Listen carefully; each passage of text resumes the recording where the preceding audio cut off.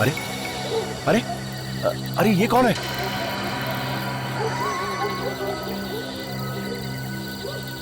लगता है कोई भिखारी है। चलो चल के देखते हैं।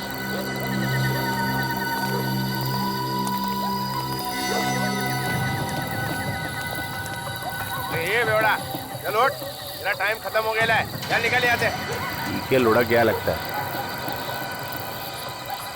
अरे करना क्या है, सीआईडी को फोन करते हैं।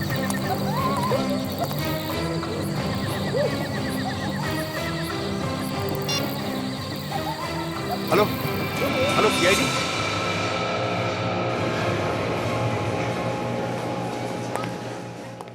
इस मोबाइल के बैटरी ने तो परेशान कर दिया है। पता नहीं ये बैटरी कहाँ मिलेगा।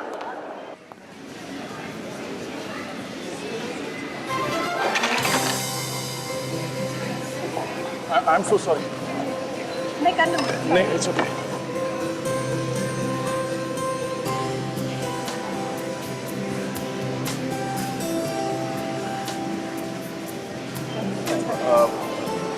थैंक्स। आप ठीक तो है ना? हाँ मैं ठीक हूँ। कितना हैंडसम है यार। इतनी जल्दी भी क्या थी, इतनी देर बात तो कर लेती। शट अप प्रिया, तुम यहाँ शॉपिंग करने आई ये सब। चलो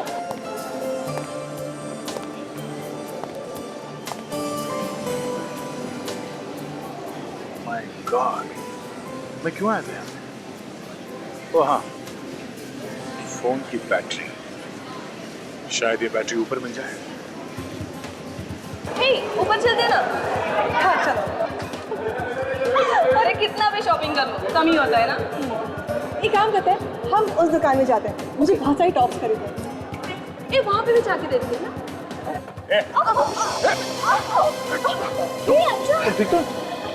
अंशा कुछ हुआ तो नहीं? I'm fine. Okay? चलो अंशा क्या यार? I'm fine. अंशा बहुत दर्द हो रहा है। पैर में मोच आ गई है। चलिए आपको हॉस्पिटल लेके चलते हैं, किसी डॉक्टर को दिखाते हैं। चलो आइए। I'll manage. देखो चल। Excuse me. हाँ विजय। क्या? खून? जोर से लगा क्या? कहाँ पे? ओके, ठीक है मैं पहुँचता हूँ। ओह शिट, मोच आई शायद। अभिजीत, थोड़ी देर हो जाएगी आने में। मैं आके बताता हूँ तुमको, ठीक है? ओके। आप चलिए, मैं हॉस्पिटल लेके चलता हूँ आपको। ओके? Okay, we'll manage. देखिए आपके पैर को चोट लगी है, कुछ भी हो सकता है, डॉक्टर को दिखा देते हैं। चलिए मैं छोड़ देता हूँ हॉस्पिटल। संभाल के। आज 9 बजे दोस्तों के साथ फिल्म देखने का प्लान था। पर 9 तो बज गए। हाँ काजी, प्लान कैंसिल।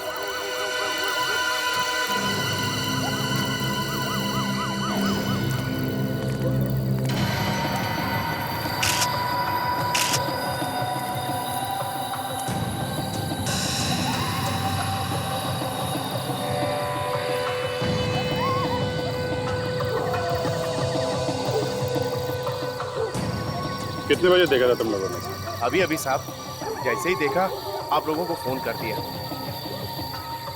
कितने बजे की ड्यूटी है तुम लोग? साहब रात की ड्यूटी लगी थी, अभी भी पहुंचा था रात को 8:30 बजे साहब।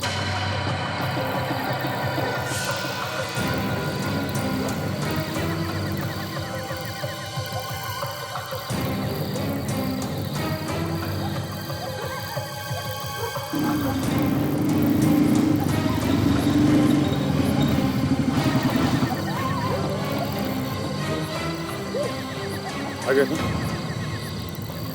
ठीक ठाक है? हाँ यार, वो मॉल में एक छोटा सा एक्सीडेंट हो गया था। जिसका एक्सीडेंट हुआ उसे हॉस्पिटल में छोड़ के आया। उसने नॉलेज में चला था। अभी तक तो पता नहीं चला है, बस खाली यहाँ चेहरे पे नीलापन है। पॉइजनिंग तो नहीं है? नहीं, ये हाथ और नाखून ये सब तो ठीक ठाक है। इसका यहाँ गले में ये देखा कैसा निशान? अजीब सा डिजाइन बना हुआ है। पता नहीं किस चीज से गला घोल दिया। ये है कौन, देखते हैं।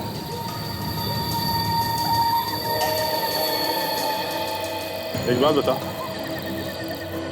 तुम लोगों ने इस आदमी को यहाँ सोसाइटी के आसपास पहले कभी देखा? नहीं नहीं साहब।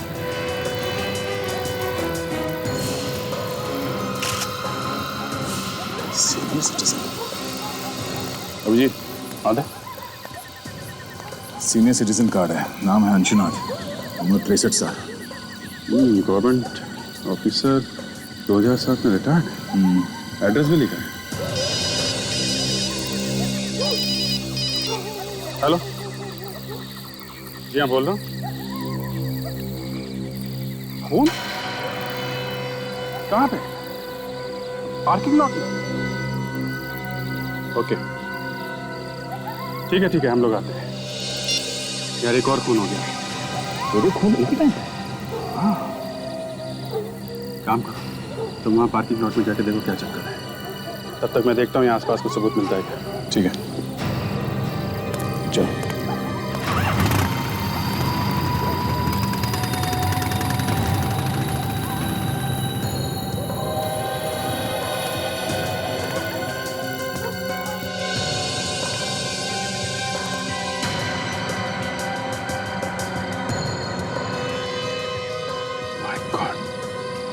ये क्या चक्कर है?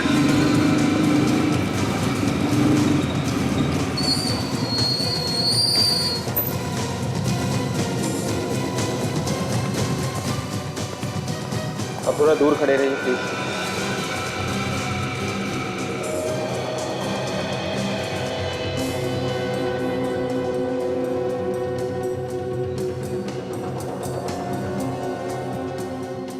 तुमने कब देखा इस लाश को? मैं नाइट की ड्यूटी करता हूँ सर। अभी जब राउंड लेने आया तो देखा यहाँ पे ये पड़ा हुआ। एक आदमी का खून हो गया और आपको पता भी नहीं चला। कुछ तो सुना होगा आपने, कुछ तो देखा होगा। मेरा यकीन कीजिए सर, ना कोई चीखा ना चिल्लाया, मुझे कैसे पता चलता?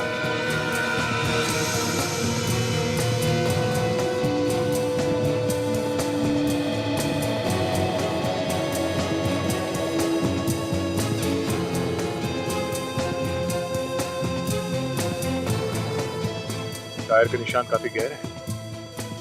ऐसे लगता है कोई यहाँ गाड़ी में छुप के बैठ के इस आदमी का इंतजार कर रहा था यहाँ आने का। इस पार्किंग लॉट में कोई सीसीटीवी कैमरा भी नहीं है। हाँ विवेक। यहाँ सिर पे, हाँ वैसे जरूर खूनी ने इसे पीछे से मारा होगा। मगर इसके पैर से काफी खून निकला है। जरा बॉडी पर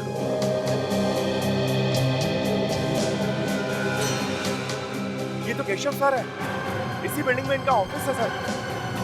अच्छा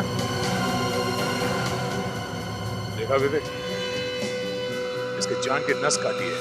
शायद इस नस काटने की वजह से इतना सारा खून बह गया और उसी की वजह से इसकी मौत हो गई। मतलब सर खूनी ने इसके पैर की नस काटी और उससे सिर पे भी मारा। मगर कोई ऐसा करेगा क्यों? और इस आदमी ने मरने से पहले चिल्लाया क्यों नहीं? ये बात मेरी समझ में भी नहीं आ रही विवेक। कुछ तो गड़बड़ है इस खून में। अब इसका जवाब तो डॉक्टर सालुंखे ही देंगे।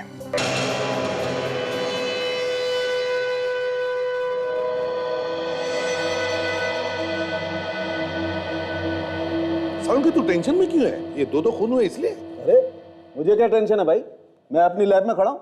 टेंशन होगी आप लोगों को, दो खून हुए, गालियां आप लोगों को ज्यादा पड़ेंगी। ओए सालुंखे, आज तक कभी ऐसे हुआ है कि हमने कोई केस सॉल्व नहीं की?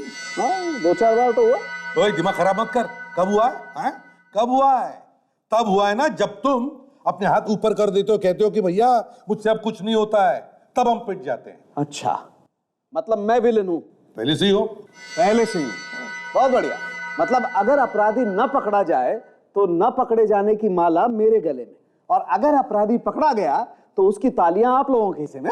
बिल्कुल। तो जाइए तालियां बजवाइए, जाइए। अरे सालुंखे मेरी बात सुन। मैं ये कह रहा था कि जब तुम हाथ ऊपर करके कहते हो ना कि मुझसे कुछ नहीं होगा, तब हम पिट जाते। ओह अच्छा, थैंक यू वेरी मच। आप लोगों ने कम से कम ये तो कबूल किया कि हम लोगों की वजह से आप लोगों की दुकान चल रही है। अनिरे, हम इन लाशों के बारे में बात करते हैं। हाँ चलो। तो ये दोनों लाशें दो अलग कहानियां सुना रही हैं बॉस। अच्छा क्या क्या बोल रही है लाशें? ये दोनों खून एक ही आदमी ने की है ना? एक ही आदमी ने नहीं किए। नहीं किए? सर ये तो हमें पहले से मालूम है कि इस आदमी का गला घोट के मारा गया है। किसी ऐसी चीज से मारा गया जिसके ऊपर डिजाइन बना हुआ था, वो डिजाइन इसके गले पे आ गया। बिल्कुल दया, खूनी ने अपनी तरफ से बहुत ज्यादा होशियारी दिखाने की कोशिश की। उसे लगा कि कहीं उसकी उंगलियों के निशान इस आदमी की गर्दन पे ना आ जाएं, इसलिए उसने अपने हाथों का इस्तेमाल नहीं किया, किसी और चीज का इस्तेमाल। ये भी तो हो सकता है कि उसमें उतनी ताकत नहीं थी गला घोटने की, जिसकी वजह से उसने किसी और चीज से गला घोट दिया। हो सकता है, ये भी हो सकता है। लेकिन एक बात बिल्कुल पक्की है बॉस कि खूनी अनाड़ी हड़बड़ाया हुआ है। शायद उसने पहली बार खून किया, लेकिन फिर भी खूनी हमारे लिए कुछ छोड़ गया। ये इसकी गर्दन पर पड़े हुए निशान, इन निशानों से हम उस चीज तक पहुंच सकते हैं जिससे इसका गला दबा है। और एक बात और, ये खून शाम को 6 बजे से 8 बजे के बीच में किया गया, और ये खून शाम को 8 बजे से रात के 10 बजे के बीच में किया। ये भी तो हो सकता है सारुण के कि उस खूनी ने इस आदमी का 6 और 8 बजे के बीच में खून कर दिया, और फिर दूसरी जगह जाकर इस आदमी का 8 और 10 बजे के बीच में खून कर दिया। नहीं बॉस, मुझे ऐसा बिल्कुल नहीं लगता। मुझे लगता है 2 अलग अलग खूनी। ये वाला खून जिसने किया है वो खूनी एकदम अनाड़ी है, और ये खून जिस खूनी ने किया है वो एकदम प्रोफेशनल है, पहुंचा हुआ। इस आदमी के सिर पर जो वार है, हाँ, इसीलिए मैं कह रहा हूं कि वो एकदम प्रोफेशनल है।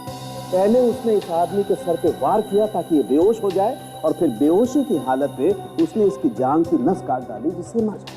अगर नस काटनी थी तो गर्दन की नस काट देता वो। दया, जैसे कि आप लोग जानते हैं, गले की नस कटने से इंसान को मरने में 1-2 मिनट लग जाते हैं, जबकि ये पैर की नस जो हमारे दिल से जुड़ी हुई है, इसको कटने से इंसान बस 30 सेकंड में मर सकता है। 2 खूनी, एक अनाड़ी और एक पहुंचा हुआ। कहीं ये दोनों खूनी एक दूसरे को जानते तो नहीं?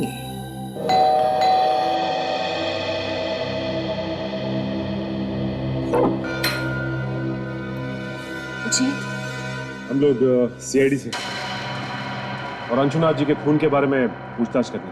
जी, मैं उनकी बेटी हूँ। आइए, अंदर आइए। Thank you. घर में और कौन कौन रहता है? ये मेरे पति रजत है। हम लोग मम्मी पापा के साथ ही रहते हैं। ओह, आपकी मम्मी कहाँ है? वो मंदिर गई है पापा के लिए हवन करने, बस अभी आती होगी। ये आपकी मम्मी हवन करवाने अकेली गई है? जी, एक्चुअली पापा इन्हें ज्यादा पसंद नहीं करते थे। मैंने उनके मर्जी के खिलाफ जाकर रजत जी से शादी की थी, इसीलिए मम्मी ने उनके आत्मा की शांति के लिए रजत को हर पूजा और हवन से दूर रहने के लिए कहा। तो इसीलिए अकेली गई है हवन करवाने के लिए? जी सर, मरने के बाद कोई किसी से नाराज कैसे रह सकता है?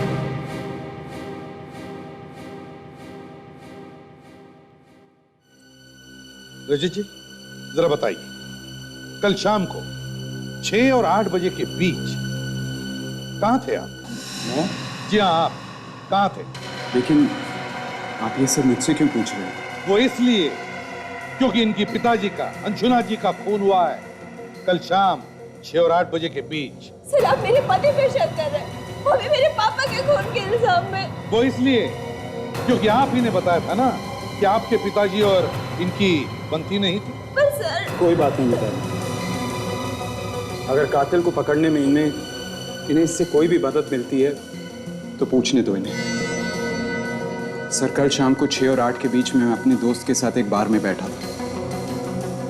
वहां का बिल शायद अभी भी मेरी बैंक में है, मैं लेके आता हूं। जल्दी।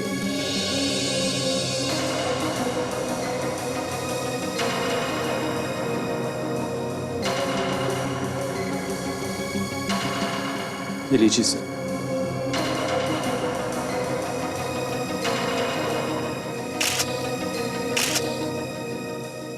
काजल, एक बात और है, शायद इससे आपको कुछ मदद मिले। बताइए। पापा ने काफी लोगों को पैसे उधार दे रखे थे और उनमें से कोई भी उन्हें पैसे लौटा नहीं रहा था। पापा इस बात को लेकर काफी परेशान थे। पैसे उधार दिए थे? किसे? कौन थे वो लोग, जानती हैं आप? वो सब पापा के पुराने दोस्त थे। वो किसी आश्रम में हर फ्राइडे की रात को मिलते थे। अच्छा, कहाँ है ये आश्रम? ये वर्ली की किसी जगह पर है सर। विश्वनाथ जी के पुराने दोस्त जिनको उन्होंने पैसे उधार दिए और फिर हर शुक्रवार को एक आश्रम में मिलते हैं वर्ली में। इस आश्रम में जाकर देखना पड़ेगा।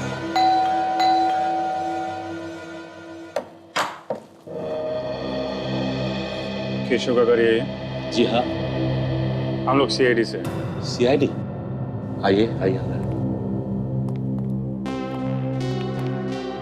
साहब, ये लोग सीआईडी से हैं, आप लोगों से मिलना चाहते हैं। जी कहिए। माफ कीजिए आप लोगों को तकलीफ दे रहे हैं, लेकिन हमें केशव के बारे में आपसे कुछ बातचीत करनी है। जी बोलिए। मैं ही केशव का पिता हूँ। ये मेरी पत्नी, ये मेरा छोटा भाई, ये उनका बेटा और ये उनकी पत्नी। देखिए, हम जानते हैं कि आप लोगों पे क्या बीत रही होगी, पर ये जानना बहुत जरूरी है कि केशव की किसी के साथ कोई दुश्मनी थी? केशव की दुश्मनी हो ही नहीं सकती थी। सोने के जैसा दिल था उसका, किसी से कोई लड़ाई झगड़ा वगैरह कुछ नहीं था। दुश्मनी नहीं तो कोई ऐसा आदमी जिसके साथ उसकी बनती ना हो? मुझे तो ऐसा कोई आदमी याद ही नहीं आता जो केशव भैया को पसंद ना करता हो। हाँ बेटे, तुम्हें कैसे याद आए? बिरजू, एक मिनट आप रुकिए उधर।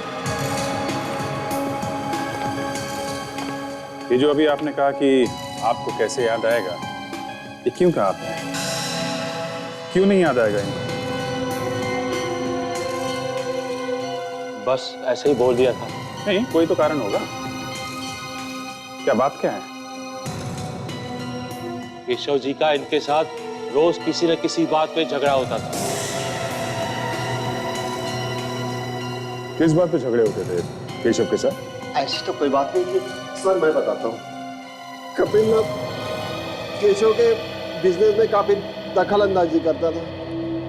ये बात केशव को बिल्कुल पसंद नहीं थी। इसी बात पर कभी कभी बहस हो जाती थी बस। कपिल जी, कल रात 8 से 10 बजे के बीच में आप कहाँ थे?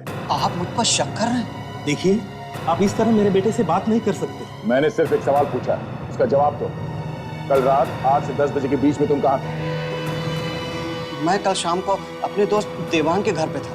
देवांग के यहाँ? लेकिन कल जब अपनी बात हुई थी तब तो तुमने कहा था कि तुम मयूर के यहाँ हो। वो मेरा मतलब है कि मैं देवांग के घर गया जरूर था, पर वो मिला नहीं तो मैं मयूर से मिलने चला गया।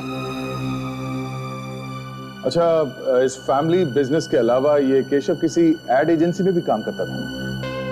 जी हाँ, वो एक एड एजेंसी का मालिक भी था और पिछले काफी दिनों से वो काम को लेकर परेशान रहता था। उसका एक पार्टनर भी है, आलोक। आलोक? ठीक है, इस आलोक से भी मिल लेते हैं। सर, इस आलोक को जरूर कुछ पता होगा। देखते हैं।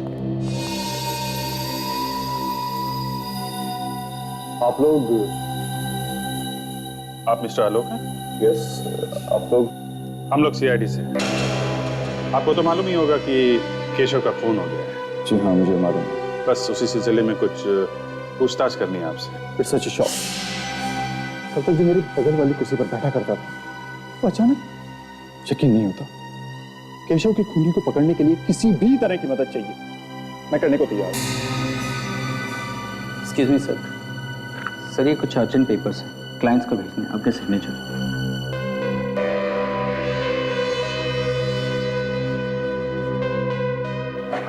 Thank you.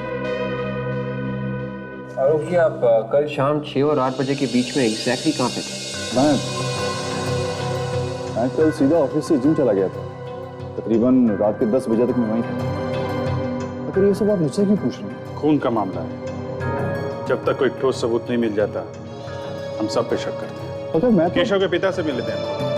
उन्होंने बताया कि पिछले कुछ दिनों से वो ऑफिस के काम को लेकर काफी परेशान है। ऐसी क्या बात?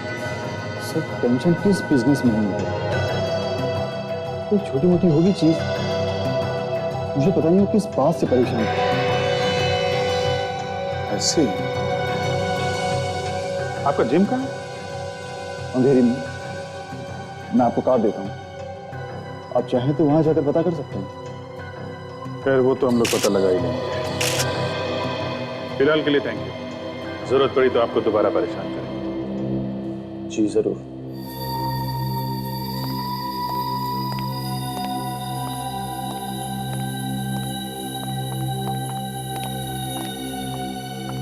ये क्या चक्कर है? ताशा देखो सुना।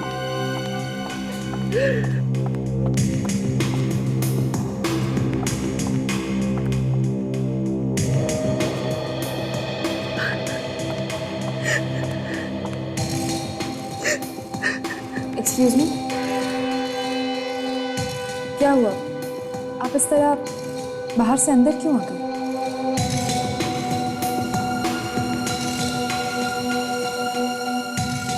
आप काफी परेशान लग रही हैं।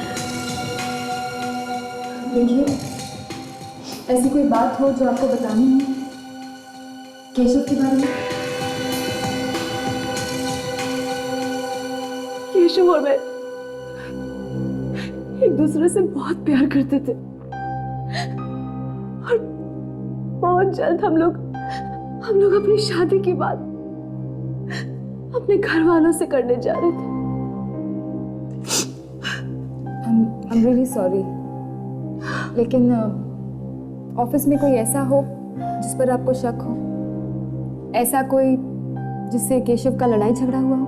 केशव सिर्फ एक इंसान से हमेशा परेशान रहते थे और वो है ये आलोक।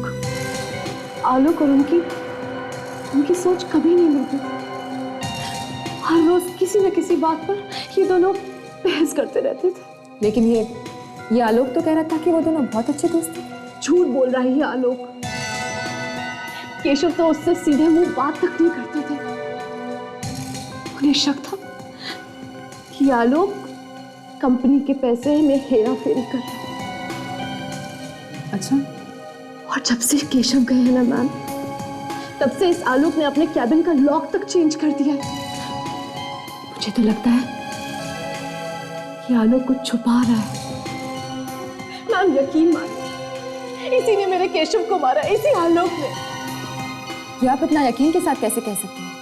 कोई सबूत है आपके पास? सबूत ही तो ढूंढने की कोशिश कर रही हूँ मैं, लेकिन मैं इसके कैबिन में अंदर जा नहीं पा रही। या तो ये खुद अंदर होता है या फिर कैबिन को लॉक करके चला जाता है। इसके पीने के अलावा इसके कैबिन में अंदर घुसने की परमिशन और किसी को नहीं है। ठीक है, आप बिल्कुल चिंता मत कीजिए। अब जो करना है हम लोग करेंगे।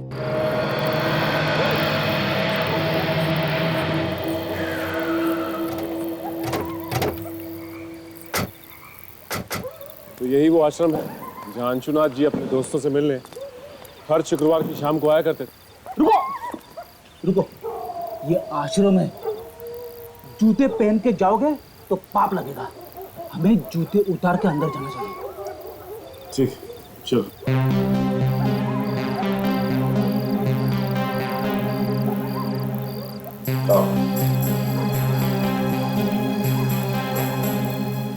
चलो और एक चाल चल। ये सब क्या हो रहा है यहाँ पे? बहुत चालें चल रही। आश्रम के नाम पर अय्याशी हो रही है यहाँ पर। आप? हम लोग सीआईडी से हैं। अंशुनाथ के खून के बारे में पूछताछ करने आए हैं। सीआईडी? हाँ सीआईडी।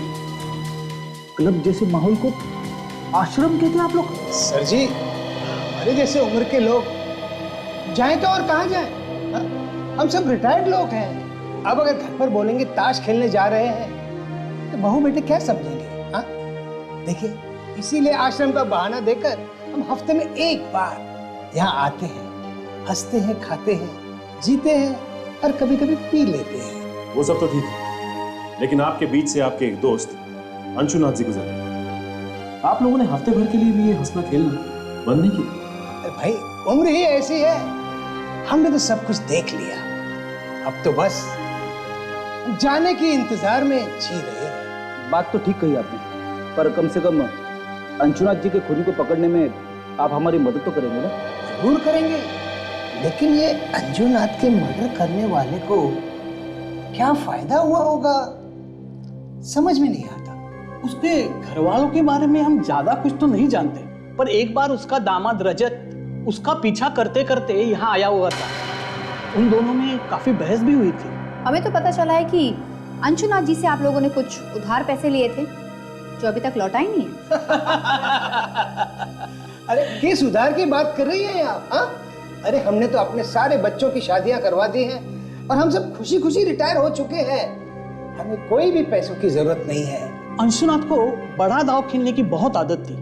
जब भी उसे हम रोकते थे तो कहता था सारी जिंदगी पैसा कमाने में निकल गई, अब खर्च करने का मजा ले रहा हूं। सही कह रहा है, अब बड़े दांव में जीत तो बड़ी होती है लेकिन हार भी बड़ी होती है। वो बहुत बार गेम में पैसे हार चुका था, शायद इसी बात को छुपाने के लिए उसने घर वालों से झूठ बोला होगा। तो ये बात है, ठीक है। अगर हमें आप लोगों की दोबारा जरूरत पड़ी तो हम आपको याद करेंगे। जी।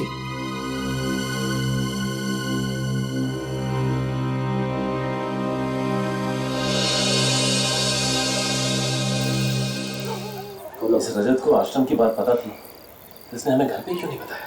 हाँ, अगर पहले बता देता तो जूता उतारने की बेवकूफी ना करते। सब हो ना हो, ये रजत हमसे जरूर कुछ ना कुछ छुपा रहा है। रजत, ये रजत काफी टेढ़ा आदमी लगता है। संगीत बार में से पता चला है कि उस शाम को 6 बजे से लेकर 8 बजे के बीच ये रजत वहीं पर बैठ कर ड्रिंक कर रहा था। वहां पर एक बारटेंडर है सर, जिसका नाम है समीर। उसने कहा कि वही उसे ड्रिंक सर्व कर रहा था। ओह, 6 और 8 बजे के बीच रजत बार में ही था। अच्छा सर, हम लोग आलोक के जिम से आ रहे हैं। वहां पता चला कि जिस रात खून हुआ था आलोक 8 से 10 बजे के बीच जिम में ही था, उसके इंस्ट्रक्टर ने बताया है। काजल ने अभी बताया कि रजत उस रात 6 और 8 बजे के बीच संगीन बार में था, और अब तुम कह रहे हो कि आलोक उस रात 8 और 10 बजे के बीच जिम में था। बड़े अच्छे तरीके से बचाव किया इन दोनों ने अपने आप का। हाँ सर, एक बोल रहा है कि वो जिम में था 8 से 10 बजे के बीच में, और दूसरा बोल रहा है कि वो बार में बैठा था 6 से 8 के बीच में, और दोनों खून उसी समय। सर एक और बात है। क्या? जब हम लोग आलोक के ऑफिस गए थे तो वहां हमें केशव की गर्लफ्रेंड मिली थी, अनन्या, और अनन्या ने ताशा को बताया कि आलोक ने अपने ऑफिस में कुछ छुपाने की कोशिश की। केशव की गर्लफ्रेंड अनन्या ने बताया कि आलोक अपने ऑफिस के कैबिन में कुछ छुपाने की कोशिश कर रहा है। क्यों? और उसने ये भी बताया सर कि केशव की मौत के बाद आलोक ने कैबिन के ताले बदल दिए। उसके बाद कोई भी आ जा नहीं सकता सिवाय एक आदमी। कौन? कौन है वो? सर, आलोक का पीए, सिर्फ वही कैबिन में आ जा सकता है। तो जब तुम लोग उसके ऑफिस में गए तब उसके कैबिन में गए थे? नहीं सर, एक्चुअली आलोक हमें केबिन के बाहर ही मिला। गड़बड़ है अभी, कुछ तो गड़बड़ है। ऐसी कौन सी चीज है जो ये आलोक सबकी नजरों से छुपाना चाहता है? इसके कैबिन की तलाशी लेनी चाहिए। अगर सीधे उंगली से घी नहीं निकला तो टेढ़ी उंगली से निकालो। पंचायत चल रहा है, ज्यादा लोग दिख नहीं रहे हैं, सावधानी से काम कर लेना, इसी बीच में करना है, समझे? रेडी हो ना? सर, सामने जो आदमी आ रहा है वो आलोक का पीए है सर। उसके पास आलोक के कैबिन की चाबी होगी जिससे दरवाजा खुलेगा। चाबी दिख रही है, उसके कमर पे लटकी हुई है। तो पीछे जाओ।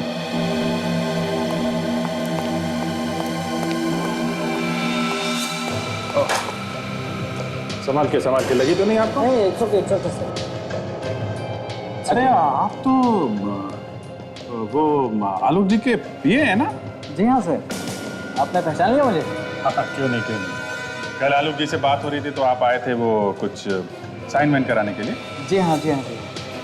अच्छा सर, ये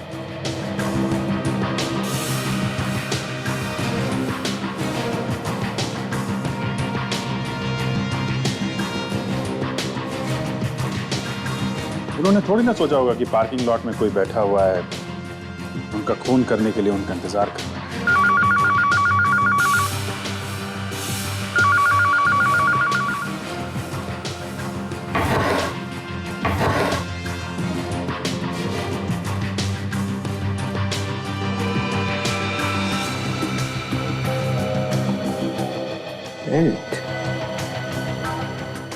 एक मिनट ये बेल्ट का पैटर्न बिल्कुल वैसा ही है जैसा हमें अंशुनाथ के गले पे मिला। 9 बजे आ जाते थे? जी हाँ। और किस किस प्रोजेक्ट पे काम चल रहा था? अभी तो फिलहाल दिवाली के लिए कुछ खास एड डिजाइन कर रहे थे, वो खत्म होते ही क्रिसमस और न्यू ईयर के लिए कुछ प्लानिंग चल रही है। वैसे केशव सर ने एक अभी फ्रेश एड बनाया था। नहीं, मत बताना टीवी में देखूंगा ना फ्रेश तो अच्छा लगेगा। वैसे भी मेरा काम हो गया है। आपका काम मतलब? नहीं, हो गया, जो पूछना था वो हो गया। अच्छा। आप जरूरत पड़ेगी तो आपसे दोबारा मिल लूंगा। Most welcome sir, no problem. ये कार्ड आपका गिरा है क्या? हाँ, उठा लीजिए।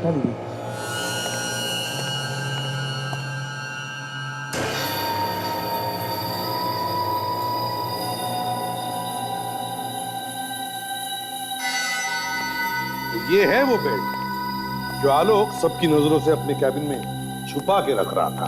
और सर डॉक्टर सालोंके ने भी कंफर्म किया है कि ये वही बेल्ट है जिससे अंशुनाथ का खून हुआ है। ये वही बेल्ट है जिससे अंशुनाथ का खून किया गया। मगर ये बेल्ट आलोक के पास कैसे? अगर ये यहाँ पे था तो वो वहां पे था। हाँ, जो दिख रहा है वो है नहीं। इसने दिखाया कि वो वहां पे था और उसने दिखाया कि वो यहाँ पे था। सर ये यहाँ पे था और वो वहां पे था, ये सब सचिन, ये जो केस है इसे यहाँ वहां किया गया है। अभिजीत, क्या जानबूझ के किया गया या फिर अपने आप हुआ है? सर, खूनी ने किया है तो जानबूझ के ही किया है। जो दिख रहा है वो है नहीं, जो नहीं दिख रहा है वो है। हाँ, तो तुम समझ गए मैं क्या कहना चाहता हूं। बस अब वक्त बर्बाद मत करो और फटाफट जाके पकड़ लो उसे जिसने भी ये किया है। तुम भी साथ में जाओ। अब सर, वो मैं उससे पहले थोड़ी देर के लिए हॉस्पिटल जाना चाहता हूँ। किससे मिलना है सर? जरूरी काम है। हॉस्पिटल? ये केस के बीच में हॉस्पिटल कहाँ से आया? कुछ नहीं सर, कोई है जिसे दया ने अपनी जान पे खेल के बचाया। जान पे खेल के? कोई जान मान पे खेल के नहीं बचाया सर। वो लड़की सीढ़ियों से गिर रही थी तो मैंने उसे पकड़ लिया था। पकड़ लिया मतलब बचा लिया। बचाया तो है ना? हाँ। कोई लड़की गिरी थी क्या? नहीं तो फिर तय जाओ, तुम जल्दी से हॉस्पिटल जाओ, मगर जल्दी आना। अच्छा, मैं भी चलूं? चलिए।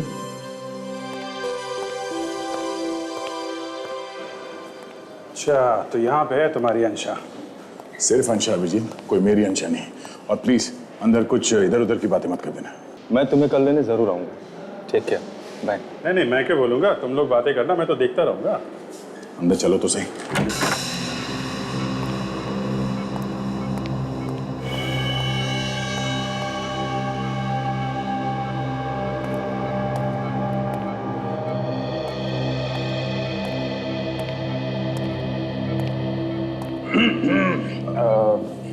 मैं अभिजीत हूँ।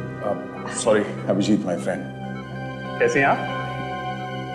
दर्द अभी कम है, पर पैर मुड़ने की वजह से मुझे मोह चाहिए। But I will be fine. कल तक मुझे हॉस्पिटल से डिस्चार्ज भी मिल जाएगा। अच्छा, वेरी गुड। वो डॉक्टर ने एक्सरे वगैरह देख लिया ना? He is fine with it. I will be fine. Okay. अच्छा, ये जो अभी आपसे मिलके गए वो कौन थे?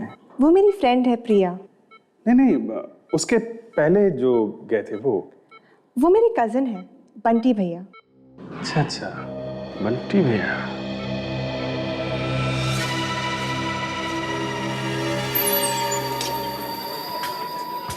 वो रहा समीर वही बार्टेंडर है जिससे हम उसे मिले थे। उस रात जब रजत यहाँ आया था और अंशुनाथ का खून हुआ था, समीर ही यहाँ। अरे मैडम आप? समीर, हमें तुमसे कुछ पूछना है। मैडम, रजत के बारे में जो कुछ भी मुझे मालूम था वो सब कुछ मैंने आपको बता दिया। नहीं, रजत नहीं, ये फोटो देखिए, आपने इस आदमी को पहले कभी देखा है? ये तो हमारे रेगुलर कस्टमर है और कुछ ही दिनों से यहाँ पर आने लगे। कुछ ही दिनों से मतलब कब से? करीब 1 महीने पहले हमारे इसी बार के आगे उनकी कार खराब हो गई थी। सब मैकेनिक आने तक यहीं पर आके बैठे थे, तब से हर रोज आना जाना है उनका। ओके, अच्छा याद करके बताइए, वो आदमी रजत को जानता था? कभी बात करते हुए देखा आपने दोनों को? सर बात करते हुए क्या, दोनों अच्छे दोस्त लगते थे और 3-3, 4-4 घंटों तक यहीं पर बातें करते रहते थे। Sameer, thank you very much. ACP sir को फोन करके बताइए।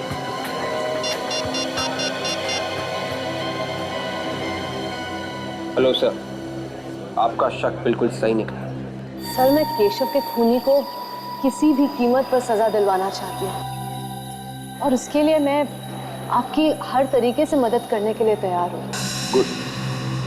देखो आनंद, उसके खिलाफ सबूत तो हमारे पास है, मगर हम चाहते हैं कि तुम उसे खुद फोन करके यहाँ बुला लो। उससे कहो कि वो सबूत तुम्हारे पास है और तुम एक कीमत पर ही वो लौटाने के लिए तैयार हो। मगर सर, ये तो बहुत... कुछ नहीं होगा, घबराओ मत, समझे? देखो, सबूत ढूंढने की कोशिश करेगा और जब उसे कमरे में सबूत नहीं मिलेगा तो अपने आप को बचाने के लिए भागने की कोशिश करेगा और वो तुम्हारे पास आएगा सबूत लेने के लिए और हमारे जाल में फंस जाएगा, समझे? कुछ नहीं होगा, तुम्हें घबराओ मत। चलो जल्दी से फोन करो उसे। जी सर। करो। हेलो, मैं अनान्या बोल रही हूँ। मुझे पता है कि इस वक्त तुम क्या ढूंढ रहे हो। वो सबूत जो तुम सबसे बचाने की कोशिश कर रहे थे, वो अब मेरे पास है और बहुत जल्द मैं उसे सीआईडी के पास भेजने वाली हूँ। अब तुम बच नहीं सकते। सीआईडी? नहीं, अनन्या मेरी बात सुनो, ऐसा मत करो प्लीज। तुम्हें इसकी जो कीमत चाहिए मैं चुकाने के लिए तैयार हूँ। प्लीज सीआईडी के पास मत जाओ। कीमत? वाओ, मेरे बोलने से पहले ही तुमने कीमत की बात छेड़ दी। मुझे तुम्हारे सबूत के लिए पूरे 50 लाख रुपए चाहिए। 50 लाख? देखो, हाँ, रकम की मत सोचो, अपनी जान के बारे में सोचो, वरना बिना टाइम वेस्ट किए मैं सीआईडी के पास चली जाऊंगी, समझे ना? नहीं नहीं, ठीक है, मैं तैयार हूँ। मुझे 2 घंटे में मिलो, मैं तुम्हारे पूरे पैसे कैश में दे दूंगा। प्लीज वो सबूत किसी और को मत दिखाना। मैं इतनी बेवकूफ नहीं हूँ। अच्छा, कहाँ मिलना है? मैं तुम्हें जगह का नाम एसएमएस कर दूँ। सर, वो तैयार हो गया, हमें उसे एक जगह का नाम एसएमएस करना होगा। Very good Ananya. अब देखो शिकारी कैसे खुद शिकार बनकर हमारे जाल में फंस जाएगा।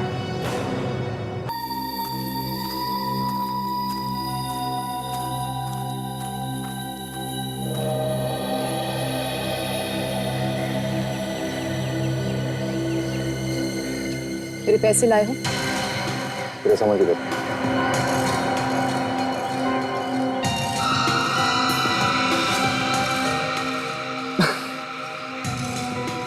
जितना मैंने तुम्हारे बारे में सोचा था, तुम उससे बहुत आगे निकली। केशव से बहुत प्यार करती थी ना तुम, उसी के खून का सबूत बेचने आ गई। वाह रे दुनिया। देखो, मैं यहाँ पर तुम्हारी बकवास सुनने नहीं। कल तक मेरे साथ केशव था, मेरे पास सब कुछ था, लेकिन आज जब वो नहीं है तो मुझे भी तो अपने कल के बारे में सोचना पड़ेगा ही ना। 50 लाख देने वाली हो ना तुम मुझे? हाँ, मगर उसमें थोड़ी सी प्रॉब्लम है। मजबूरी? ये कौन सा नया ड्रामा है? देखो, वैसे भी बहुत कुछ हो चुका है। 50 लाख देने को तो मैं तुम्हें अभी दे सकता हूँ, मगर मुझे इस चीज पर यकीन नहीं कि 50 लाख रुपए लेकर तुम सीधे सीआईडी के पास चली जाओगे। मेरा सारा राज तो खुल चुका ना तुम्हारे सामने, क्यों?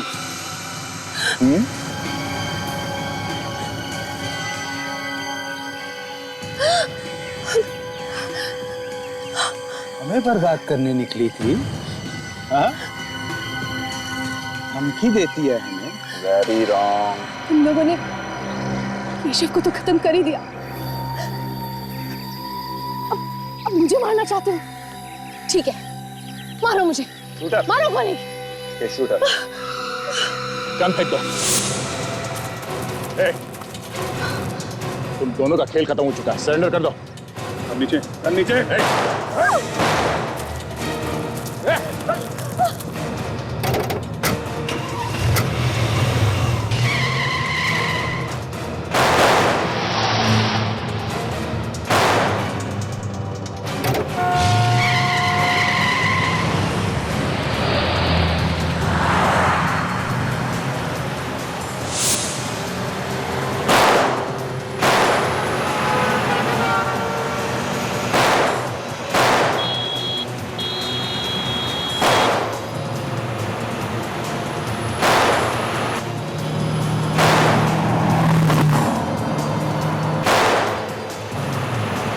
आखिर लड़की ने फंसा ही दिया ना। ओह माय गॉड, क्या हुआ? लगता है टायर पंचर हो गया। टायर पंचर हो गया? हाँ, क्या बात कर रहे हो?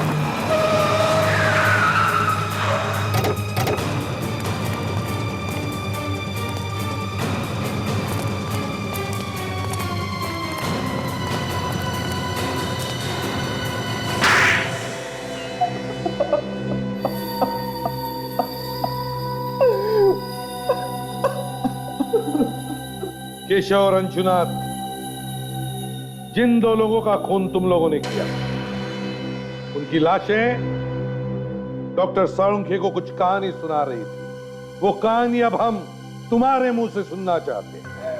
पर हमने तो कुछ किया ही नहीं है, बिना वजह हमें फंसाया जा रहा है। दो खून करके चुपचाप बैठा है कुंडली मार के, सोचता किसी को कुछ पता नहीं चलेगा है? तुम्हारे पास सिर्फ एक ही लाइफलाइन बची है। सच बोलने की लाइफलाइन। सच बोलने की लाइफलाइन? हाँ, सच बोल, सच। सच के अलावा कुछ नहीं सुनेंगे हम लोग। मगर मेरी तो कोई गलती नहीं है। चुप, कुछ बोलना मत रजत। मैं और नहीं झेल सकता, मुझसे अब कुछ नहीं होगा। मुंह खोलोगे तो मारे जाओगे। ये क्या बोलेगा? इसके पास तो एक भी लाइफलाइन नहीं बची है। मैं सब कुछ भूल गया हूँ, मुझे कुछ याद नहीं है। हो, बेचारा सब कुछ भूल गया है। चलो हम तुम्हें याद दिलाते हैं।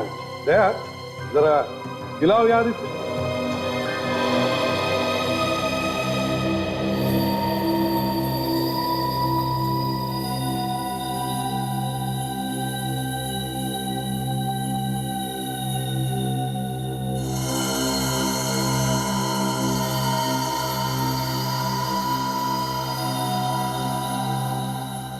शहर में दो लोगों का खून होता है, दोनों एक दूसरे को नहीं जानते हैं। कोई नई बात नहीं है, ऐसा अक्सर होता है। दोनों का आपस में कोई संबंध नहीं। एक बूढ़ा आदमी रिटायर्ड, दूसरा एक एड एजेंसी का मालिक। दोनों खून दो अलग अलग जगह पे अलग अलग टाइम पे होते हैं।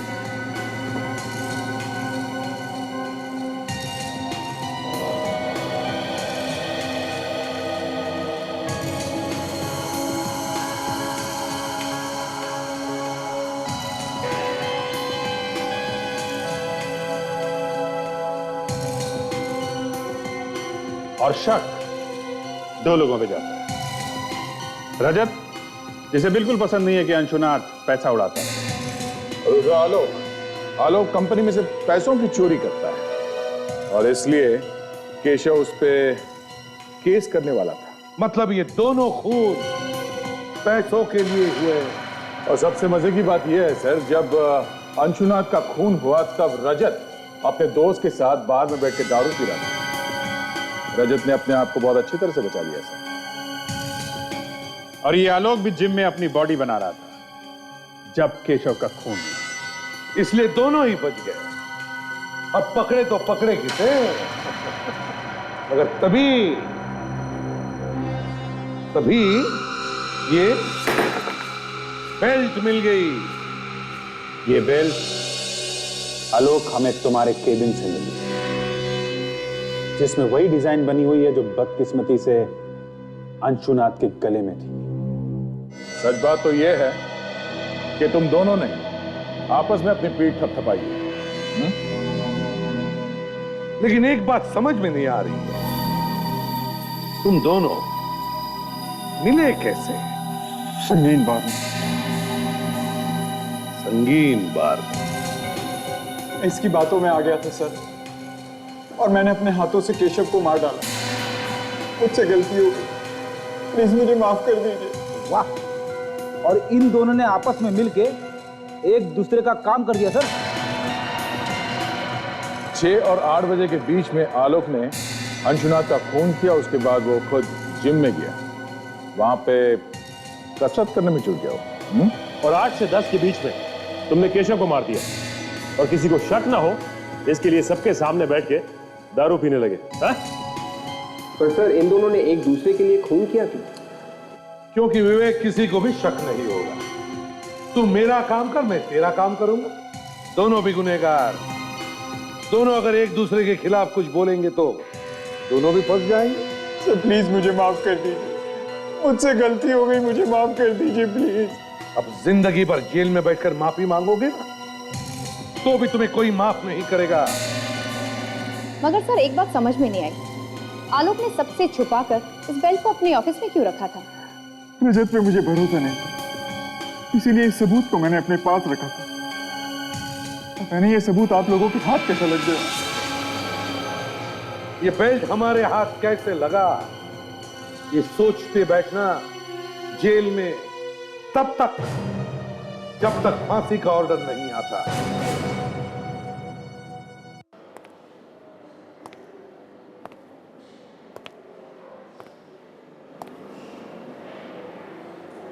क्या हो गया? जी मेरी समझ में नहीं आ रहा है कि मैं क्या करूं और कैसे करूं। क्या समझ में नहीं आ रहा है? किसकी बात कर रहे हो? उसी की बात कर रहा हूं यार, और किसकी बात करूंगा। ये हंशा में ऐसा कुछ है, पता नहीं, बार बार उसी का ख्याल आता है दिमाग में। ऐसा लगता है कि मुझे उसके बारे में और भी जानना चाहिए। 2-3 बार मिलने में ही ऐसा लगने लगा है? हाँ यार, मेरी समझ में भी नहीं आ रहा कि इतनी जल्दी ऐसे कैसे हो गया। जब देखो दिमाग में उसी का ख्याल रहता है। कोई एक अजीब सा कनेक्शन है उसके साथ में। मुझे लगता है कि सिर्फ तुम्हें लगता है या उसे भी ऐसा महसूस हो रहा है? पता नहीं यार। अब जी तुम्हें तो मालूम ही है कि मेरे साथ क्या क्या हो चुका है। अब तो डर सा लगने लगा है कि कोई गलती ना हो जाए मुझसे। तुम्हें लगता है कि तुम फिर से चक्करों में ना फंस जाओ? है पता नहीं। धीरे, एकदम से धीरे। दर्द हो रहा है ना? हाँ। हाय। हाय। क्या कहा डॉक्टर ने? 1 हफ्ते में एकदम ठीक हो जाऊंगी, बिल्कुल पहले जैसे। बस तब तक चलना फिरना थोड़ा कम करना पड़ेगा। ये तो अच्छी बात है, तुम्हें रेस्ट की जरूरत है। You should take rest and take care also. I will drop you. संभाल के प्लीज।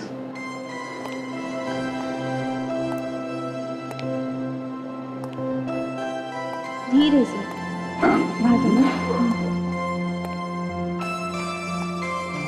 बहुत ज्यादा दर्द हो रहा है? नहीं, हल्का हल्का।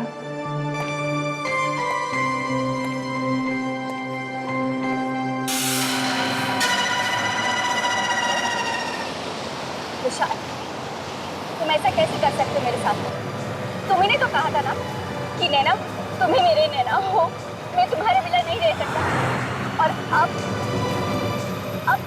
अब तुम मुझे पैसे भी नहीं देना चाहते हो।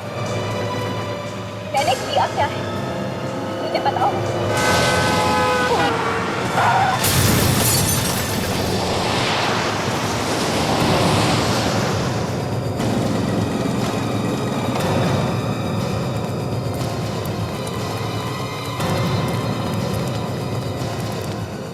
सांसें चल रही हैं, चलो हॉस्पिटल ले चलो।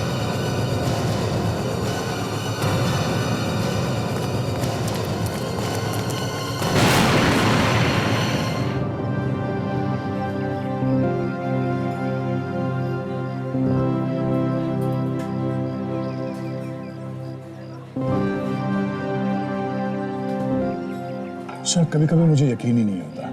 किस बात पर? यही कि मैं तुम्हें पिछले 2 महीनों से जानता हूँ और मुझे ऐसा लगता है कि मैं तुम्हें कई सालों से जानता हूँ। तुम्हारी हर चीज मुझे अच्छी लगती है, हर पल खूबसूरत। मुझे भी। और कभी कभी मुझे खुद को यकीन दिलाना पड़ता है कि ये सब कोई सपना नहीं बल्कि हकीकत है, और ये सब सच है दया। तुम, मैं और हमारा प्यार।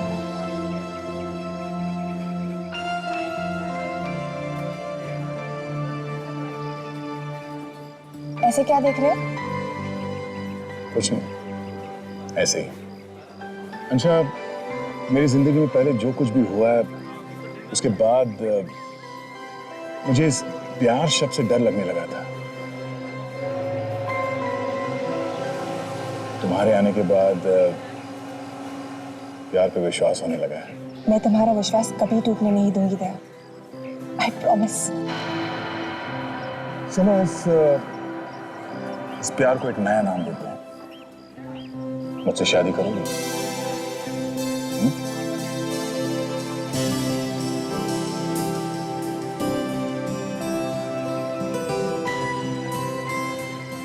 सच? बिल ले आना। दया, मैं तुम्हें कुछ बताना चाहती हूँ। क्या हुआ? क्या बात है? बोलो। वो एक्चुअली मैं एक मिनट, 1 सेकंड। हाँ सर। ओह, हाँ सर, मैं पास में ही हूँ। मैं अभी पहुंचा सर। ठीक है सर। सर ब्यूरो में ही ना? ठीक है सर। ओके ओके सर, या बाय।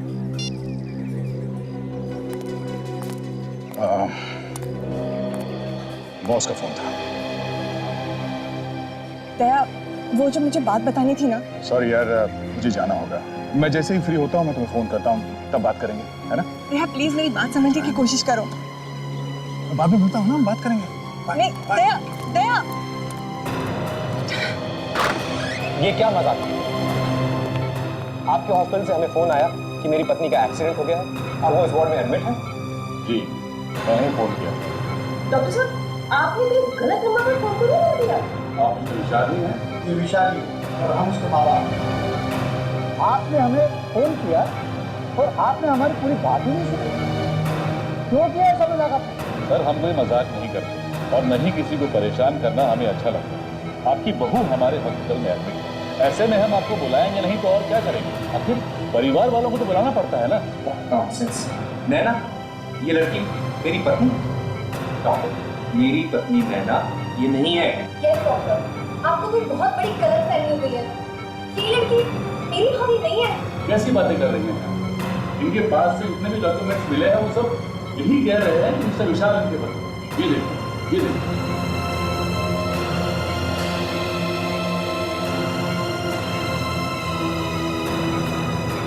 कौन हो तुम? और क्या है ये सब? डॉक्टर, मेरी पत्नी नैना 1 महीना पहले मर चुकी है। ये लड़की झूठी है, ये सब बकवास है। ये देखिए, ये थी मेरी पत्नी, ये है नैना। ये मेरे पति नहीं है। मैं नैना हूँ या नहीं? मुझे कुछ याद नहीं है। नाटक बंद कर। जबरदस्ती क्यों घुसी चली आ रही है हमारे परिवार में? मिस्टर विशाल, ये आईसीयू है, आपका ड्राइंग रूम नहीं। और रही बात उनसे सवाल पूछने की, तो ये आपके किसी भी सवाल का जवाब नहीं दे सकती क्योंकि इनकी यादाश्त चली गई। क्या? जी, और जितने भी डॉक्यूमेंट्स हैं वो सब यही कह रहे हैं कि मिस्टर विशाल इनके पास। समझा? माँ, ये डॉक्टर भी इस समय मिला हुआ, जबरदस्ती हमें फंसाया जा रहा है। मिस्टर विशाल, अगर आप इस तरह की बातें मुझसे ना ही करें तो ज्यादा अच्छा है। मेरा ना तो इनसे ना आपसे कोई लेना देना है। और रही बात सच की, तो उसका फैसला ना तो आप कर सकते हैं और नहीं मैं। मुझे लगता है कि उन्हें मुझे बुलाना ही पड़ेगा। उन्हें किन्हें? आप किसकी बात कर रहे हैं? उन्हें ही, जिनके सामने कोई सच छिपा नहीं सकता। सीआईडी।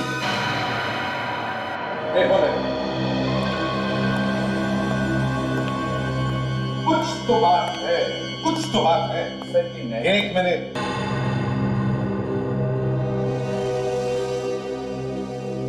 तुम नैना हो?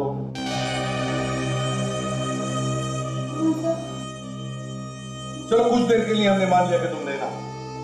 क्या तुम इन्हें पहचानती हो? देखा है इसे? देखो।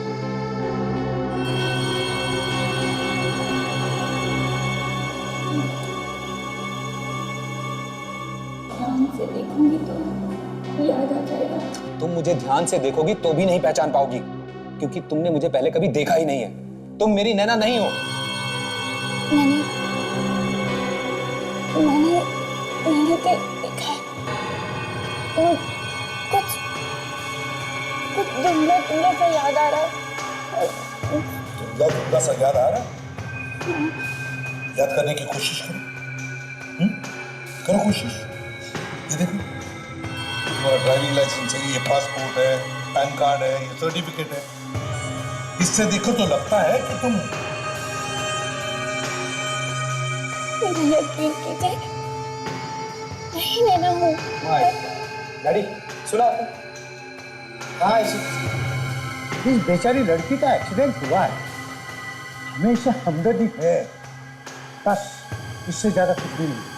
ये हमारी बहू नैना नहीं है, हमारी बहू नैना मर चुकी है। हाँ, ये उस बेचारी का फोटो है। इस फोटो में जो लड़की है वो हमारी बहू नैना थी, ये नहीं। मैंने इन्हें कहीं देखा। याद आ रहा है? सर, तुमको क्या याद आ रहा है, क्या याद नहीं आ रहा है, इससे हम लोगों को क्या मतलब? मैं इसे नहीं जानता सर। और ये पेपर्स, ये सर्टिफिकेट्स सब मुझे नहीं मालूम है ये कहाँ से आए, लेकिन ये मेरी नैना नहीं है, ये सब झूठ है। मुझे भी लगता है ये एक्सीडेंट हो जाना, ये याददाश्त खो जाना, ये सब इस लड़की की कोई चाल है। और इतने सारे सबूत इसके पास मेरे भैया के खिलाफ आए कहाँ से?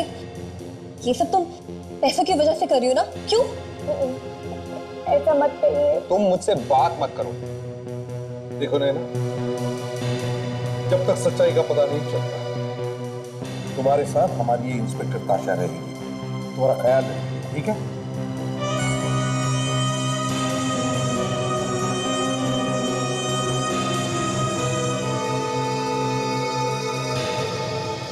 देखो विशाल,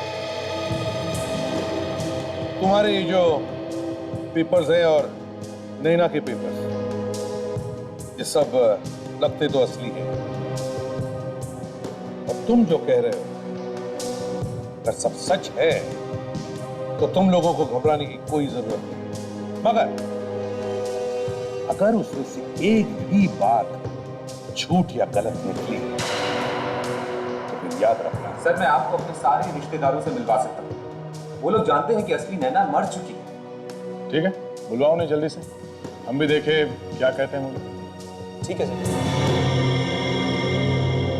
इसे मेरे बारे में कुछ मत बताना। नहीं बताऊंगा। आइए। हाय नैना, कैसी हो? ये है मेरी फ्रेंड सुनिधि। हेलो। आप लोग बात कीजिए, मैं अभी आती हूँ।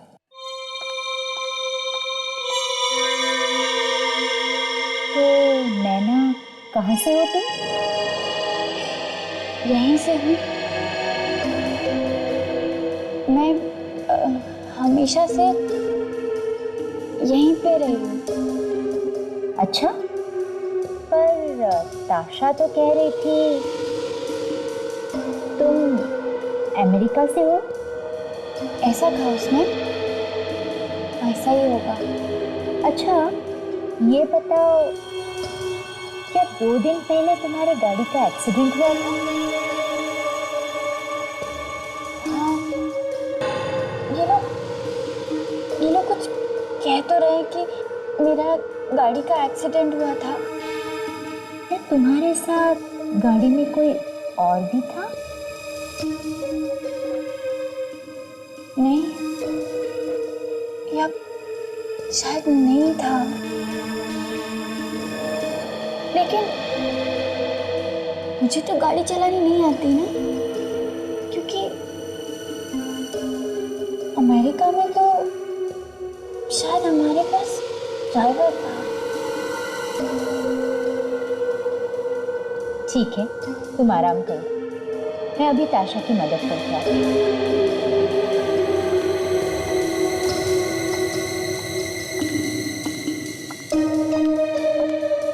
आपको क्या लगता है डॉक्टर, इसकी याददाश्त वापस आ जाएगी या? हाँ, पर एक बहुत अजीब बात दिखी मुझे इस लड़की में। क्या डॉक्टर? कुछ चीजें ये उस नैना की तरह बोलती है जो अमेरिका में रहती है, और कुछ चीजें ये उस नैना की तरह बोलती है जो यहाँ रहती है, जो कभी अमेरिका गई नहीं। ऐसा कैसे हो सकता है डॉक्टर? एक ही इंसान में दो अलग अलग लोग कैसे? मानो या ना मानो, पर ये ऐसा ही है ताशा। ये सब कुछ वो चाह कर नहीं कर रही है। कुछ लोगों में एक बहुत सीरियस बीमारी होती है जिसे हम मल्टीपल पर्सनालिटी डिसऑर्डर कहते हैं। एक ही शरीर में दो दो लोग रहते हैं, पर लगता है इस केस में ऐसा नहीं है। ऐसा नहीं है? तो फिर ये दो अलग अलग लोगों की तरह क्यों बात करते हैं? इस बात का एक्सीडेंट से कुछ लेना देना है।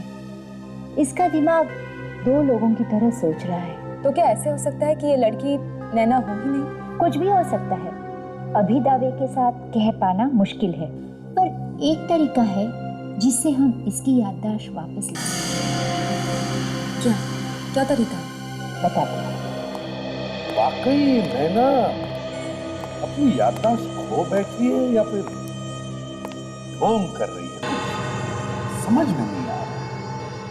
सर, विशाल की पहली बीवी नैना जो मर चुकी है, उसको कोई जानता भी नहीं सर, ना तो उसका कोई रिश्तेदार है, वो तो अकेली है ना। मेरी अच्छा है आप नहीं है, नहीं तो कहता कि विशाल ने किसी आत्मा के साथ शादी की। सर मुझे तो लगता है कि सच्चाई क्या है ये विशाल को मालूम है, उसी के मुंह से उगलवाना पड़ेगा सर। हाँ, जो नैना सामने बैठी थी उसे ये विशाल कह रहा है कि ये मेरी पत्नी नहीं, और तो और जीती जागती नैना अपनी याददाश्त खो बैठी है। और ये पहली पत्नी नैना जो मर चुकी है, उसकी ना कोई रिश्तेदार है और ना उसके बारे में कोई जानता है।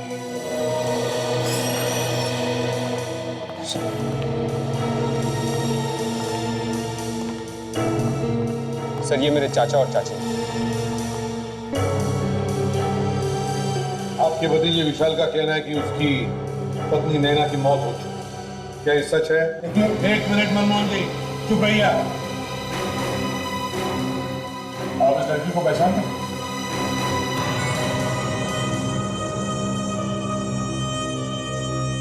इसे मैंने पहले कभी नहीं देखा। सर, विशाल जो कुछ भी कह रहा है वो सब सच है। इसने अपने माता पिता के मर्जी के बिना अमेरिका में ही नैना से शादी कर ली थी। हमने इनके शादी के फोटोग्राफ्स भी देखे हुए हैं। हम सबसे मिलवाने के लिए ही वो उसे इंडिया लाया था, लेकिन अचानक से एक एक्सीडेंट में उसकी मौत हो गई। क्या? उसका भी एक्सीडेंट हो गया था? उस नैना का भी एक्सीडेंट हो गया था और इस नैना का? तो फिर ये तुमने हमें पहले क्यों नहीं बताया? सर वो मैं वो क्या, ये एक्सीडेंट हुआ कैसे? वो झील में डूब के मर गई थी। झील में डूब के? तो जब वो डूब रही थी तो आप भी वहां पे थे उसके साथ? नहीं सर, ये मेरी बदकिस्मती है कि उस दिन मैं उसके साथ नहीं था, नहीं तो मैं अपनी जान पर खेलकर उसको जरूर बचा लेता। अक्सर बीवियां टहलने के लिए झील के किनारे जाती है और अचानक पानी में डूब के मर जाती है। देखिए ना सर, अब ये मेरी बदकिस्मती है कि उस दिन वो अकेले वहां गई थी। कहाँ पे? सर वो बांदीपुर के पास एक बहुत बड़ी झील, उसी में गिरकर उसकी मौत हो गई। वो अकेली गई? तुमने अकेले? क्यों अकेली? बस ऐसे ही, ऐसे ही, ऐसे ही। तो तुम्हें पता कैसे चला कि वो डूब कर मर गई है? वो तो अकेली गई थी ना? सर वहां के लोगों ने ही हमें बताया था। लोगों ने बताया? तो फिर उसकी लाश को भी लोगों ने मारा था? नहीं कर। तो फिर किसने निकाला? देखो किसने? जाओ तो। सर, बहू की लाश तो हमें मिली ही नहीं। क्या? लाश मिली नहीं? सर वहां के पुलिस ने डाइवर्स को बुलाया था और वो डाइवर्स घंटों कोशिश करते रहे उसकी लाश को ढूंढने की, लेकिन उसकी लाश मिली नहीं। अगर लाश नहीं मिली तो फिर तुम्हें यकीन कैसे हुआ कि नैना की मौत हुई है? सर अगर ये सिर्फ वहां के लोगों के कहने सुनने की बात होती तो मैं भी यकीन नहीं करता, लेकिन कुछ दिनों बाद देखिए ये फोटोग्राफ्स मुझे किसी ने भेजी। तुम तो कह रहे थे कि तुम्हारी बीवी वहां अकेली गई थी, तो ये फोटोग्राफ्स किसने खींची? सर ये फोटोग्राफ्स जो टूरिस्ट की फोटोग्राफ्स खींचते रहते हैं, उन्होंने ही किसी ने खींची थी, और क्योंकि नैना उनसे कनेक्ट नहीं कर पाई इसलिए उसने मुझे भेज दी।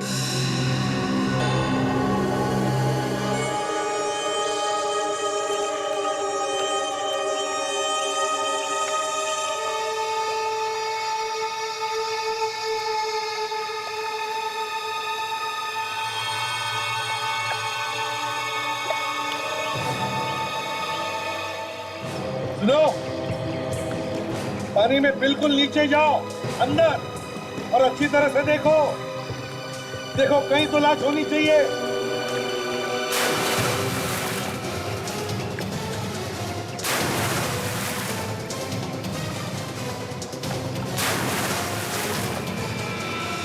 सर, तो आपको क्या लगता है कि कितने दिनों बाद ही मेरी पत्नी की लाश मिल जाएगी? देखो विशाल, दुनिया में ऐसी कोई चीज नहीं है जो ऐसे ही गायब हो जाती है बिना किसी वजह। अगर नैना की लाश पानी के अंदर है तो जरूर सर अंदर एक लाश है? बेलों में फंसी हुई है। आराम से निकालो, बेलों को काटो और निकालो संभाल के। और सुनो, लाश को कुछ होना नहीं चाहिए।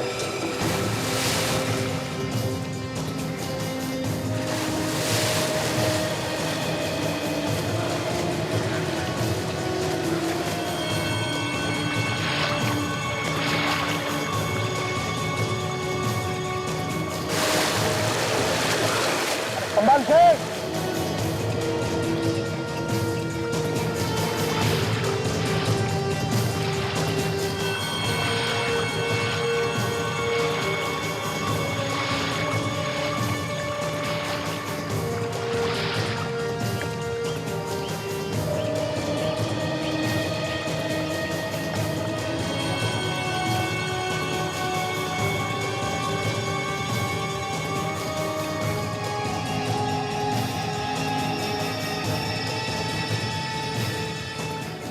क्या ये मेरी नैना है? देखो ईशा, जहां तक मुझे लगता है तुम्हारी पत्नी नैना ही है। मैं तो सोचता था सीआईडी की टीम जमीन में से लाश को निकाला, इस बार तो पानी में से निकाला। भाई मैंने सुना है कि एक बार एसीपी साहब के दिमाग में कोई बात घुस जाए तो फिर वो अपने बाप की भी नहीं सुनते। अपने बाप के बाप को भी नहीं सुनता। किसके बाप की बात हो रही है सर? भाई तुम लोग। अच्छा सर, ये लाश नैना की है ना? हाँ। पता कैसे चला? वह हमने इसकी खोपड़ी का एक्सरे किया और उसके बाद इसके चेहरे को बनाने की कोशिश की। देखिए,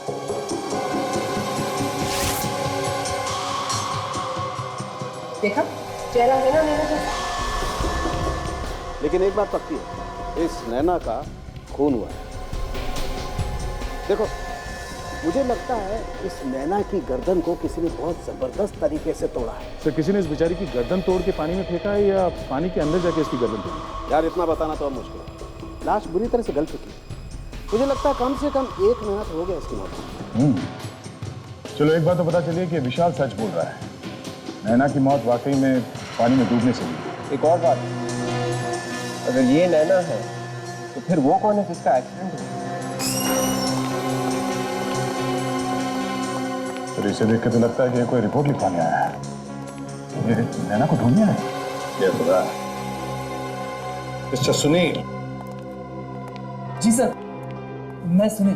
पेपर में ये ऐड देखकर थोड़ा घबरा गया था। क्या हुआ नैना को? वो ठीक तो है ना? क्यों? तुमने ये ऐड ठीक से पढ़ा नहीं क्या?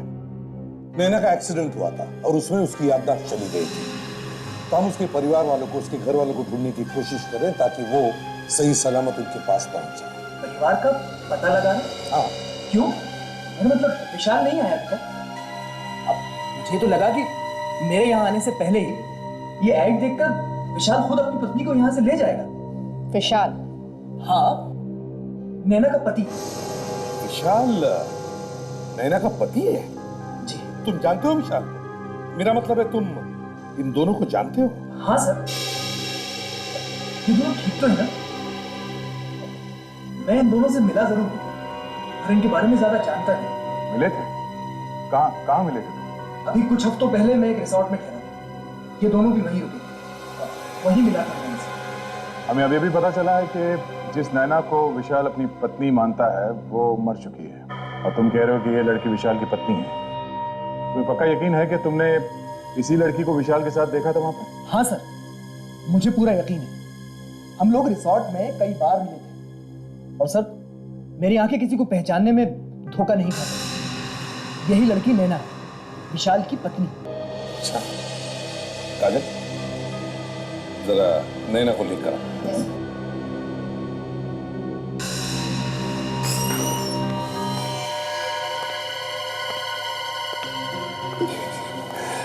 आराम से।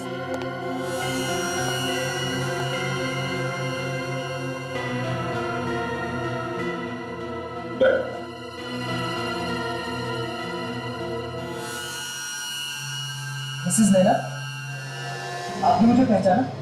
मैं सुनील। अभी हम पिछले महीने रिसोर्ट में मिले थे, व्हाइट लिली रिसोर्ट। क्या हालत हो गई बेचारी की। देखिए सर, मेरा विश्वास कीजिए, यही नैना है, विशाल की पत्नी। मैं इन्हीं से मिला था। पिछले महीने मिले थे इनके साथ उस रिसोर्ट में, उसी दौरान जब उस लड़की की मौत हुई थी। अच्छा, क्या नाम बताया तुमने उस रिसोर्ट का? सर, व्हाइट लिली रिसोर्ट, यही शहर के करीब है, हाईवे के पास। व्हाइट लिली रिसोर्ट, ठीक है। अगर हमें जरूरत पड़े तो हम तुम्हें फिर से बुला लेंगे। थैंक यू वेरी मच, आप जा सकते हो।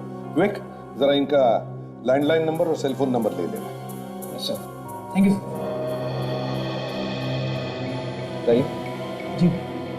दया, अगर ये सुनील इतने विश्वास के साथ कह रहा है कि वो इन दोनों को उस रिसोर्ट में मिला था, तो उसमें कुछ तो सच होगा ही। कुछ तो सच होना चाहिए। सर, पूरा केस घूम घाम के वापस वहीं पे आ गया जहां से शुरू हुआ था। और सर, इस विशाल से पूछने का कोई फायदा नहीं है। वो अपनी कहानी पे अड़ा हुआ है कि उसकी पत्नी मर चुकी है। वही तो काम करते हैं। देखो नैना, क्या तुम्हारा इलाज करने में तुम हमारी मदद करोगी? मेरे इलाज के लिए जो कुछ हो सकेगा मैं करूंगी। Sir, excuse me.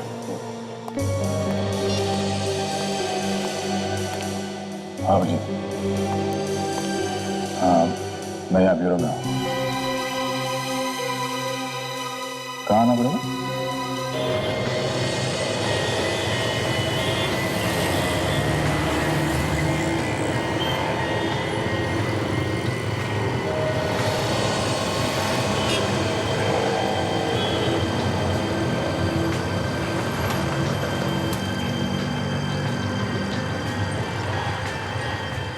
क्या हुआ अभिजीत? फोन करके अचानक यहाँ क्यों बुलाया? कुछ जरूरी बात थी। हाँ बोलो, क्या बात? मुझे अंशा के बारे में कुछ पता चला, सोचा तुम्हें बता दूं। अंशा के बारे में? क्या क्या बात है? तुम अंशा की फैमिली के बारे में सब कुछ जानते हो? क्यों अचानक उसके परिवार के बारे में क्यों पूछ रहे हो? देखो, हम दोनों एक साथ काम करते हैं, सीआईडी ऑफिसर से, लेकिन उसके अलावा हम दोनों के बीच एक दोस्ती का गहरा रिश्ता भी है। हाँ हाँ, इसमें कोई शक है क्या? अनजाने में मुझसे कोई गलती तो नहीं? नहीं, वो बात नहीं है, वो बात नहीं है। लेकिन जो कुछ मैं बताने जा रहा हूँ, शायद दोस्ती में कुछ दरार आ जाए। अंशा की वजह से? क्या बात क्या है? हाँ? दराकी को तो जानते हो? ये तो वही है ना जो सीआईडी से छुप के भाग रहा है? हाँ, ये वही है। और अंशा इस दराकी की भतीजी है। अंशा डराके की भतीजी, ये क्या कह रहे हो तुम? दया, ये सच है। और मुझे हैरानी इस बात की कि तुम्हारी गर्लफ्रेंड होने के बाद भी तुमसे ये बात छुपाई क्यों? अभिजीत, अंशा इंडिया से बाहर रही है कई सालों से, तो हो सकता है उसे इसके बारे में कुछ मालूम ही ना हो। देखो, वो तो मैं नहीं जानता, लेकिन अगर उससे तुम्हें सच्चा प्यार है, जानते हुए कि तुम एक सीआईडी ऑफिसर हो, तुमसे ये बात छुपानी नहीं चाहिए।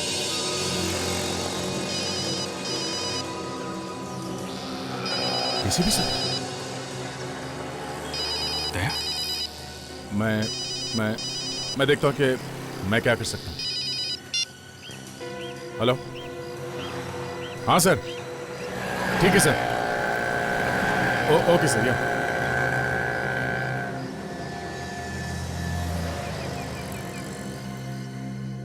व्हाइट लिली रिसोर्ट में ये चारों लोग थे।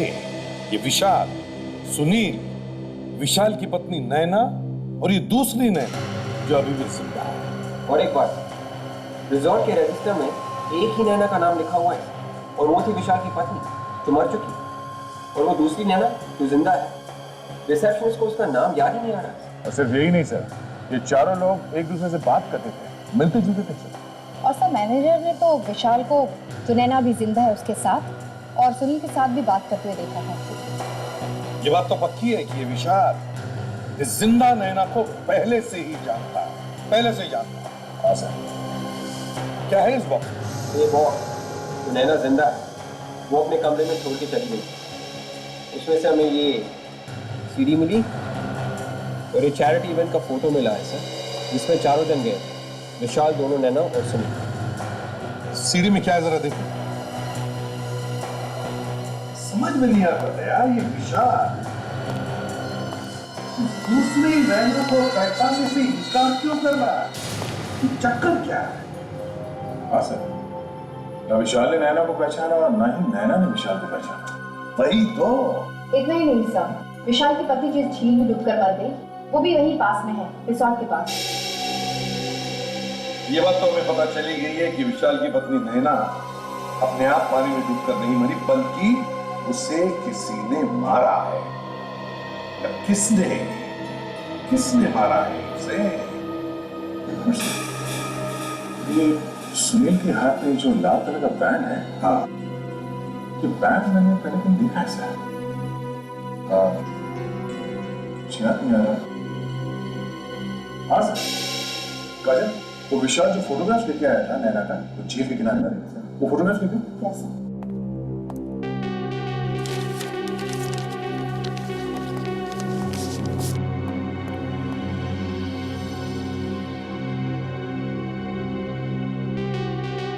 ये देखिए सर, ये झील रिसोर्ट के पास तो है सर, पर वहां ये नैना अकेली नहीं गई थी, कोई और भी था। ये आदमी था वहां पे जिसके हाथ में ये लाल कलर का बैंड है।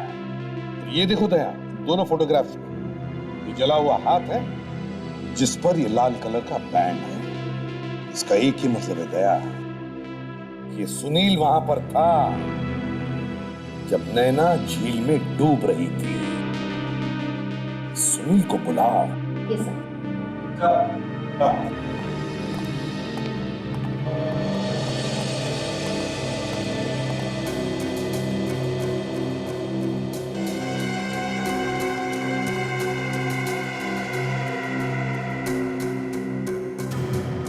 किसी ने कैमरा छिपा के हिडन कैमरे से नैना को शूट किया। तो नैना का उठना बैठना, चलना बोलना कोई क्यों देखेगा? ये वाली नैना, मरी हुई नैना के बारे में सीडी क्यों देख रही थी? लगता है दया, ये वाली नैना मरी हुई नैना बनने की कोशिश कर रही है, इसलिए उसका बोलना, चालना और हाव भाव सीख रही है। सर, सुनील अपना फोन नहीं उठा रहा है। उसके नंबर से उसके घर का पता निकलवाया तो पता चला कि वो एड्रेस गलत है सर। एड्रेस गलत है? दया, ये सारी की सारी खिचड़ी इन दोनों की पकाई हुई है, ये विशाल और सुनील। और अब ये सुनील विशाल को फंसाकर निकल गया है। सब के सब हमसे कुछ ना कुछ छुपा रहे हैं सर।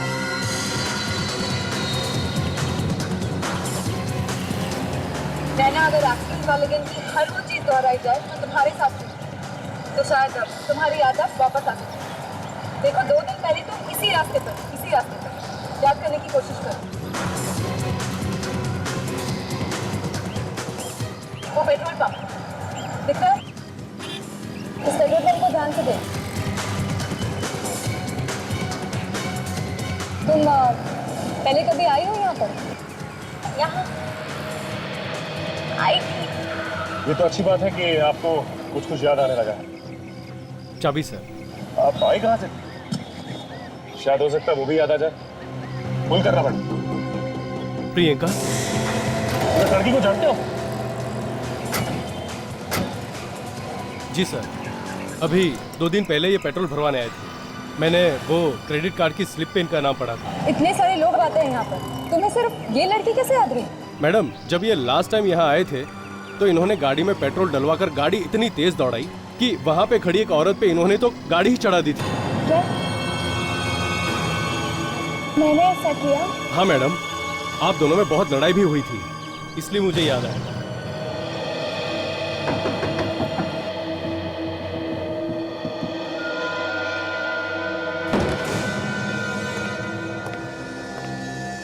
अनिल, अनिल, अपने सारा सामान दिखा पड़ा है। सुनील कहाँ गया? तो लगता है उसके यहाँ पे किसी के साथ हाथापाई हुई। तो ऐसा लगता है कि कोई घर में कुछ ढूंढने के लिए आया होगा और सुनील यहीं कहीं दुपक के बैठा होगा छुप के। जैसे ही वो आदमी अंदर आया होगा, सुनील ने उस पर अटैक किया होगा। ये क्या? ये क्या फाड़ के फंसा गया? फोटोग्राफ्स?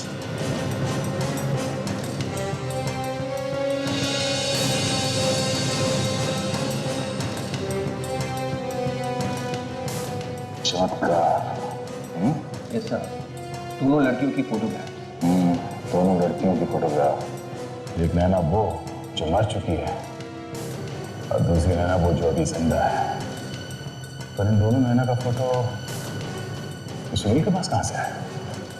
नहीं, ऐसा तो नहीं कि सुनील नई नैना को पुरानी नैना की जगह फिट करने की कोशिश कर रहा हो।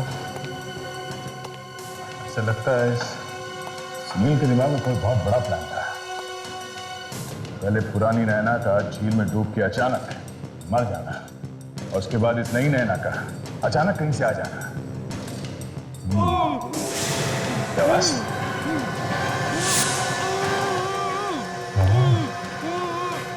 यहाँ से आ रही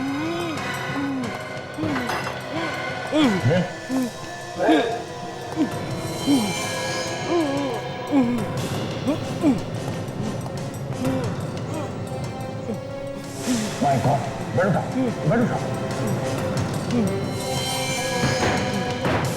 सुनील, किसी ने इसका गला दबा के मारने की कोशिश की है। इसका हालत काफी खराब है और बच जाएगा। सामान तो ये विशाल की फोटो? विशाल की फोटो? उसके पीछे 30 नवंबर लिखा हुआ है। 30 नवंबर तो आज है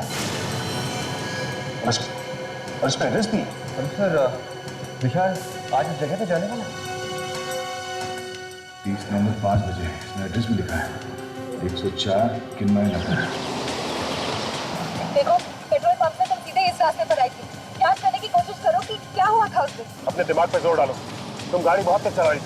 आगे एक्सीडेंट होने वाला है और तुम ही उसे रोक सकती हो। याद करो क्या हुआ था। आगे धीरे चलाइए, गाड़ी पलट जाएगी। आगे बढ़े।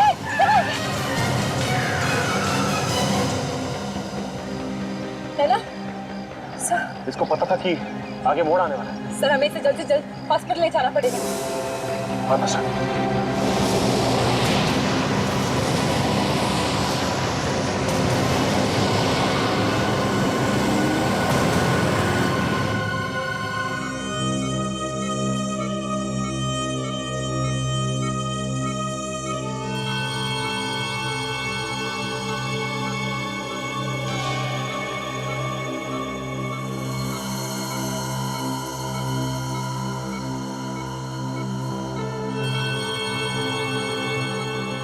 कैसा लग रहा है?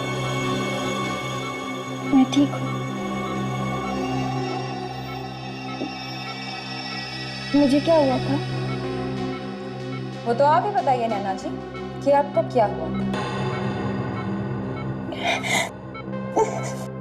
अरे ध्यान से संभालिए। वैसे नैना ही नाम है ना तुम्हारा? ये आप क्या कह रहे हैं? आप लोगों ने ही तो कहा था कि मैं नैना हूँ। ओ, मतलब हमने कहा इसलिए आप अपने आप को नैना समझते हैं, और हम ना कहते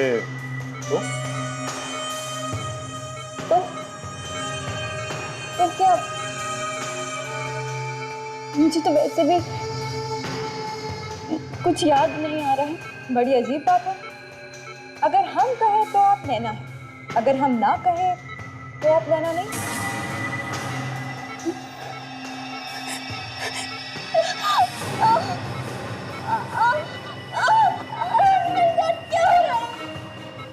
मुझे कुछ याद नहीं आ रहा।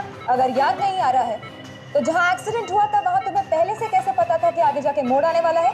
मुझे लगता है कि इन्हें सब कुछ याद है। इनकी तबीयत बिल्कुल ठीक है। इन्हें एक्सीडेंट वाली जगह पर ले जाने का जो फैसला आप लोगों का था वो बिल्कुल सही था। सुन लिया प्रियंका जी आपने? प्रियंका कौन है? सर, मुझे लग रहा है कि ये सच कह रहे हैं। लेकिन ताशा, मुझे तो लगता है कि ये झूठ बोल रही है। मैं झूठ नहीं बोल रही। मैं झूठ नहीं बोल रही हूँ। झूठ नहीं बोल रही? तो फिर एक काम करते हैं, लाई डिटेक्टर टेस्ट करवाते। पता चल जाएगा कि आप झूठ बोल रही हैं या मैं झूठ बोल रहा हूँ। Lie detector test? जी हाँ, लाई डिटेक्टर टेस्ट।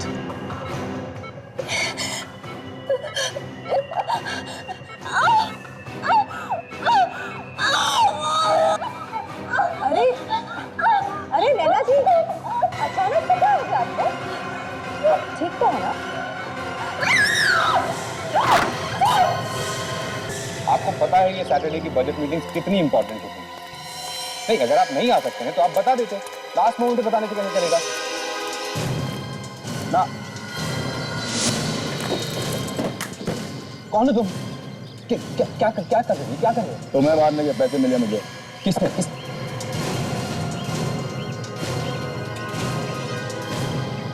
आज आप लोग नहीं आते तो ये तो मुझे मार ही देता। पर ये है कौन? अब किसने इसे पैसे दिए मुझे मारने के लिए? कौन है? किसने पैसे दिए तुझे इस आदमी का खून करने? अरे आप लोग है कौन? इसमें कहाँ जा गए? हाँ, किसने पैसे दिए तुझे इसे मारने के लिए? थोड़े पैसे ले लो और फुट लो ऐसे, समझे? सर आजकल बहुत पैसे बांट रहे हैं।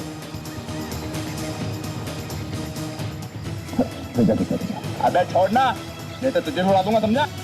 अच्छा, ये ले, उड़ा, उड़ा।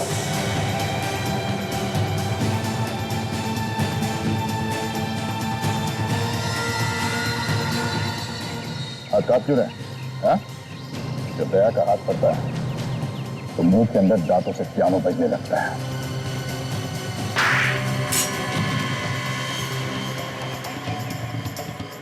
उठ, उठ, बोल, किसने भेजा? सुनील ने। सुनील? पर क्यों? ये तो तुम्हें मालूम होगा।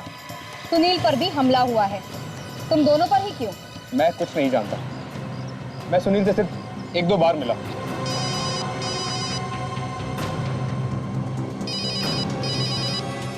हाँ सच है। क्या कह रहे थे? अच्छा, ठीक है, हम लोग अभी वहां पहुंच रहे हैं। क्या हुआ सर? तो बड़ी प्रॉब्लम है ईशा, तुम्हें हमारे साथ चलना पड़ेगा। पर क्यों? कहाँ ले जाना चाहते हैं मुझे? चलो तो सही, पता चल जाएगा। चलो, ये चलो सर।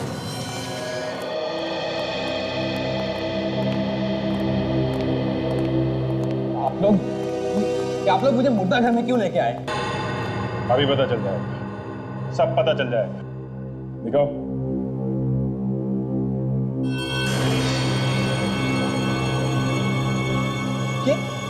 ये इसको क्या हो गया? इसको किसने मार दिया? तुमने मिस्टर विशाल, तुमने।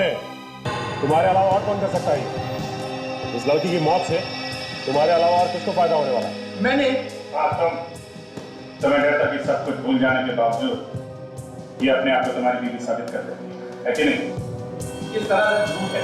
तुम, तुम्हारी बीवी और प्रियंका व्हाइट लिली रिजॉर्ट में एक साथ थे।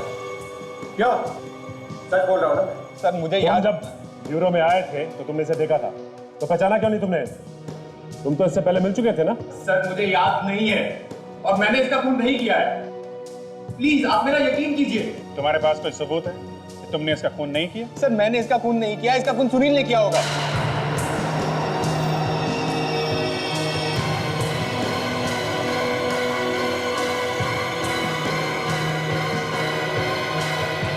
तुम जिंदा?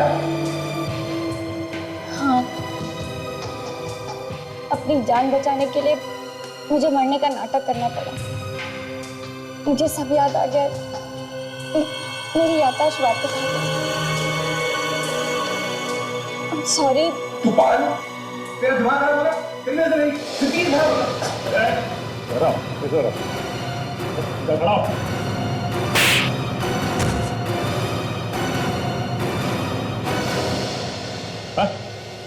तुम तीनों ने मिलकर कुछ प्लान किया, तो सोचा है तुम लोगों ने? क्या? कुछ नहीं है, कुछ नहीं। 10 तक गिनूंगा। 10 गिनने तक अगर सच पेट से बाहर नहीं आया तो बड़ा अनर्थ हो जाएगा। यहां से अपने पैरों पे चल के वापस नहीं जाओगे तो सर बदमाशी नहीं, मतलब आप जो चाहेंगे मैं वो बोलूं। तो मैंने कुछ नहीं किया। 3, मैं इसमें नहीं हूं। 4, मैं नहीं फंसूंगा, मैं नहीं फंसूंगा। 5,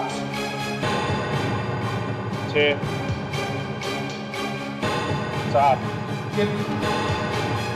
8, ये गलत है। 9, 10।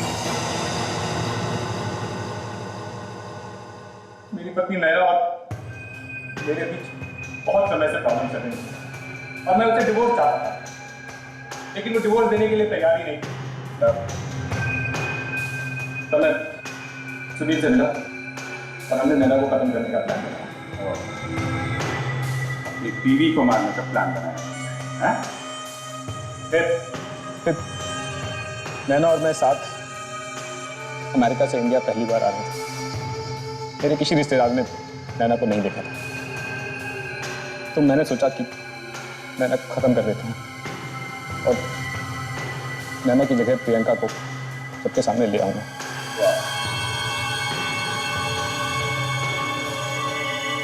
फिर से डिवोर्स दे दूंगा। इस नैना यानी प्रियंका, इसको कौन लेके आया? सुनील। और सुनील ने असली नैना का खून किया। हाँ, पर तुम और सुनील एक दूसरे के पीछे क्यों पड़े रहते हो? सर ये बहुत बड़ा लालच है। पैसों के लिए किसी की भी जान ले सकता है। नैना के साथ प्रियंका का भी खून कर दिया होता तो आज से नौबत नहीं थी। इसके चक्कर में आज मैं फंस गया। सारा जो गुस्सा अभी तो दिमाग बना दिया। अगर ये बात समझ जाते तो किसी झमेले में नहीं फंसते। बाकी की जिंदगी तुम लोग जेल में बैठ के प्लान कर रहे हो। उम्र कैद तो होगी और फांसी भी हो सकती है।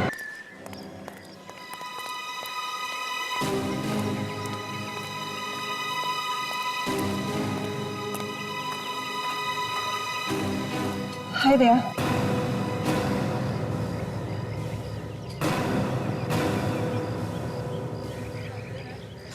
अच्छा, तुम्हें मुझसे सच छुपाना नहीं चाहिए था। तुम मुझे बता देती कि सीआईडी इतने सालों से जिस अपराधी को ढूंढ रही है वो मेरे अंकल हैं। हाँ अंशा, हम दोनों पिछले 2 महीनों से एक साथ में हैं, एक दूसरे को जानते हैं और मुझे बिल्कुल भी अंदाजा नहीं था कि इतना बड़ा अपराधी डराकी तुम्हारा चाचा है। मैं तुम्हें सब कुछ बता देना चाहती थी पर मैं डरती थी अगर तुम्हें सच्चाई का पता चल गया तो तुम मुझसे दूर चले जाओगे। और आज जब मुझ में हौसला आया कि मैं तुम्हें सारी सच्चाई बता दूं तो तुम्हें पहले से ही सब कुछ पता चल चुका है। हाँ, मालूम है किससे पता चला? सीआईडी से, मेरे अपने साथियों से। मैं नहीं जानती कि मेरे अंकल अपराधी है या नहीं, पर मैं उनकी बहुत इज्जत करती हूँ। मम्मी पापा के चले जाने के बाद उन्होंने मुझे पाला पोसा, इतना बड़ा किया, कभी किसी चीज की कमी महसूस नहीं होने दी। अच्छा एक बात समझ लो, तुम एक बहुत बड़े अपराधी की भतीजी हो और मैं एक सीआईडी ऑफिसर हूं, और मैं ये कभी भूल नहीं सकता। तुम समझ रही हो ना मैं क्या बोल रहा हूँ? मैं समझ रही हूँ, पर मेरा प्यार झूठा नहीं है। मैं तुमसे बहुत प्यार करती हूँ दया। ठीक है, अब तुम्हें फैसला करना होगा। या तो मुझे एक अपराधी की भतीजी समझकर ठुकरा सकते हो, या फिर मुझे अपना सकते हो। इतना आसान नहीं है अंशा, इतना आसान नहीं है।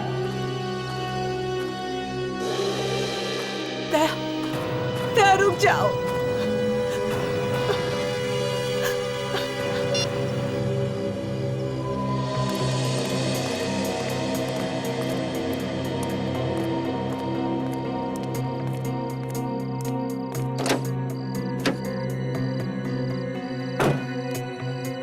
बात हुई अंशा से। इस वक्त मैं कोई फैसला ले नहीं पा रहा हूँ जी, इसलिए सोचा तुमसे मिलूं।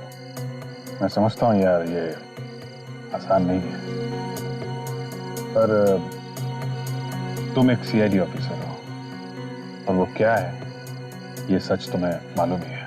अभी तक ये सच है कि अंशा का चाचा एक अपराधी है, तो सच ये भी है कि अंशा मुझसे बहुत प्यार करती है और मैं भी करता हूँ। उसके परिवार का कोई आदमी अगर कोई अपराधी है तो उसकी सजा मैं उसे क्यों दूं? अपराधियों को पकड़ना हमारा काम है। हम सीआईडी में हैं, सीआईडी ऑफिसर हैं। सीआईडी अफसरों को प्यार करना मना है? यार नहीं, ये कौन कह रहा है? पर अगर उसे तुमसे सच्चा प्यार है तो उसे पहले दिन दराकी के बारे में तुम्हें बता देना चाहिए। ये मैंने तुमसे पहले भी कहा था, उसका उसके चाचा के काम के साथ कोई लेना देना नहीं है। उसे बस इस बात का डर था कि अगर ये सब मैं जान जाऊंगा तो शायद उसे छोड़ दूंगा, इसीलिए उसने मुझे कुछ नहीं बताया। बस क्या हो गया दया? तुम उसकी हर बात मानते जा रहे हो। कहीं ये प्यार व्यार उस दराकी की चाल तो नहीं है तुम्हें फंसाने की? नहीं, ऐसा नहीं है। पता नहीं क्यों अभिजीत तुम ये रोड़े पत्थर डालने पे तुले हुए हो हमारे प्यार के ऊपर। भगवान, अरे यार ये रोड़े पत्थर नहीं है, ये एक दोस्त की नसीहत है कि अभी भी टाइम है, संभल जाओ। संभलना तुम्हें चाहिए अभिजीत। अंशा की कोई गलती नहीं है, शायद गलती तुम्हारी ही है।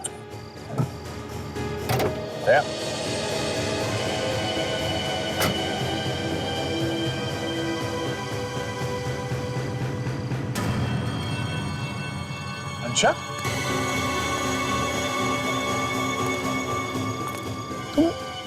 मैं जानती थी दया, तुम सीधा यहाँ अभिजीत से ही मिलने आओगे, इसलिए मैं यही चली आई।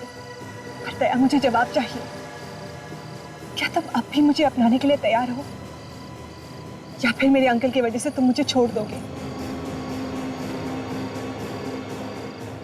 मैं तुम्हें कभी भी किसी भी हाल में नहीं छोड़ूंगा अंशा।